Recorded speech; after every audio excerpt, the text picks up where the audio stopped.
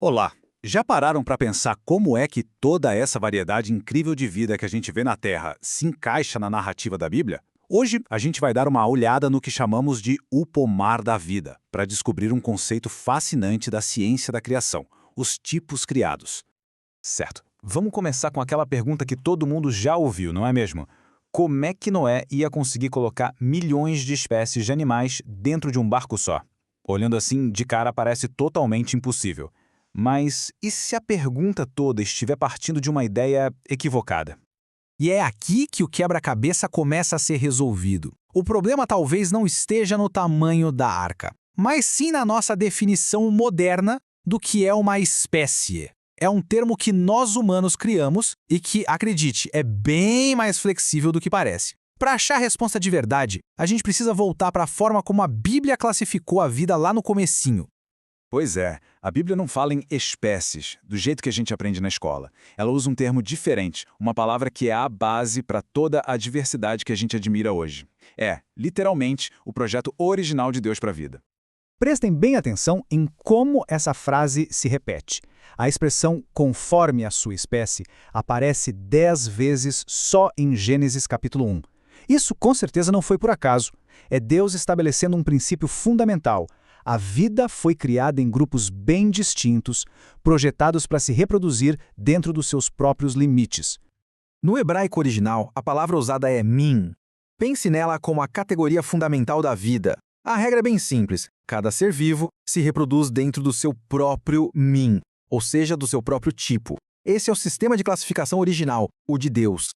E olha, essa busca para entender os tipos originais de Deus não é de hoje, não. Começou lá com Adão, nomeando os animais no Éden. Aí, a gente avança no tempo, lá para o século XVIII, e encontra Carolus Linnaeus, o pai da taxonomia moderna. Ele era um criacionista convicto e acreditava que o trabalho dele era, na verdade, redescobrir esses tipos bíblicos. E então, já nos anos 40, o biólogo criacionista Frank Marsh trouxe essa busca para a ciência moderna, dando até um nome científico para ela. E isso nos leva a um campo científico bem moderno, chamado baraminologia. O nome pode parecer complicado, mas a ideia por trás é bem direta. É o estudo científico dedicado a identificar os tipos que foram originalmente criados. O que o Frank Marsh fez foi genial. Ele pegou duas palavras do hebraico, bara, que significa criado, e min, que significa tipo, e juntou as duas para criar a palavra baramin. Então, de forma bem simples, um baramin é o termo científico para tipo criado. Tá, mas como é que os cientistas hoje em dia fazem para identificar os limites de um baramin? Eles usam basicamente uma caixa de ferramentas com 4 métodos principais. A hibridização, que é a capacidade de cruzar entre si, o cognitum, que é a nossa intuição para agrupar bichos parecidos, o estudo de fósseis, para entender o passado, e análises genéticas e estatísticas. Vamos nos concentrar nos 2 primeiros, que são bem fáceis de entender. A hibridização é o que a gente chama de padrão ouro. É a prova definitiva. A regra é clara. Se 2 animais conseguem cruzar e ter um filhote, como um cavalo e um jumento, que geram a mula, ou um leão e um tigre, que podem gerar o ligre, pronto. Eles pertencem ao mesmo tipo criado original. Essa é a evidência mais forte que existe. O próximo método é o cognitum, que no fundo é o nosso reconhecimento de padrões. Nós temos uma capacidade que parece até intuitiva de agrupar criaturas que são parecidas. A gente olha para um leão, um tigre, um lince e um gatinho doméstico, e mesmo com todas as diferenças, o nosso cérebro diz: isso tudo é felino. Esse reconhecimento já é uma pista muito importante. Ok, agora que a gente já entendeu o conceito de baramins, vamos voltar para aquela pergunta lá do começo sobre a Arca de Noé. Com essa nova ferramenta em mãos, o que parecia impossível começa a fazer todo sentido. E aqui está o grande clique. A ideia que a maioria das pessoas tem é que a arca precisava abrigar casais de todas as espécies que existem hoje.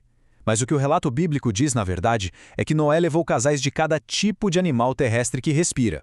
E essa diferença, meus amigos, é gigantesca.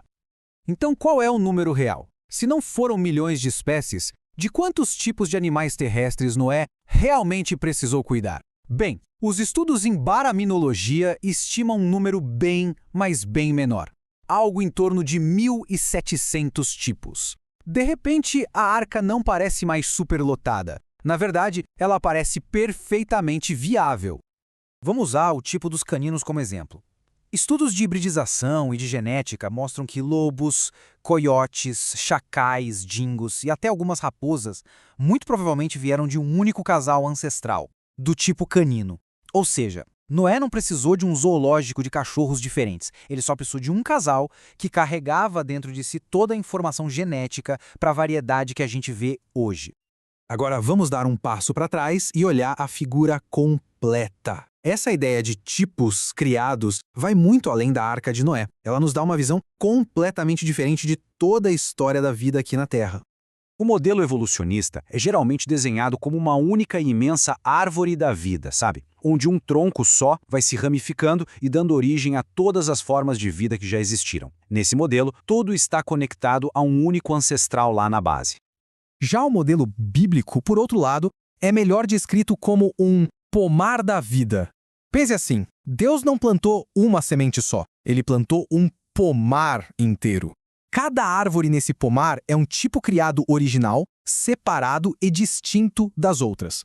E a partir do tronco de cada uma dessas árvores, aí sim, cresceram muitos galhos e folhas, que são as espécies que conhecemos hoje. Mas isso levanta uma pergunta interessante. Como é que um único casal do tipo canino, por exemplo, que estava na arca, pode dar origem a lobos, coiotes, raposas e cães domésticos? A resposta não está em um processo aleatório. A resposta é projeto. O segredo está aqui.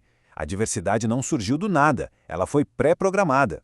Pensem no DNA de cada tipo criado como um canivete suíço genético.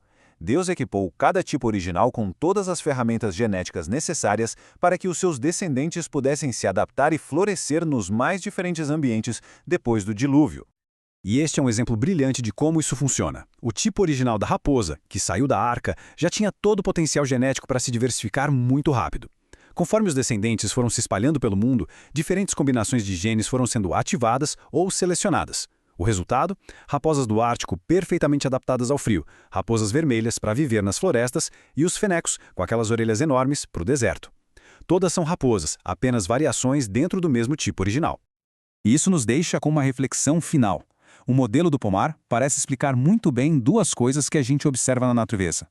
Primeiro, por que existem barreiras claras entre os grandes grupos de animais? Um gato é sempre um gato, um cão é sempre um cão. E, ao mesmo tempo, por que existe uma variedade tão espetacular dentro de cada um desses grupos? No fim das contas, o modelo do pomar da vida nos apresenta uma visão da natureza não como um acidente, mas como uma galeria de arte intencional, cheia de ordem, beleza e propósito. Um pomar cuidadosamente plantado. Há muito mais para a gente explorar sobre este tema, e nós vamos continuar trazendo novas análises baseadas em estudos recentes. Se essa conversa de hoje ajudou a ver a vida por um novo ângulo, curta e compartilhe para que outras pessoas também possam descobrir. E para quem quiser se aprofundar, os links estão todos na descrição.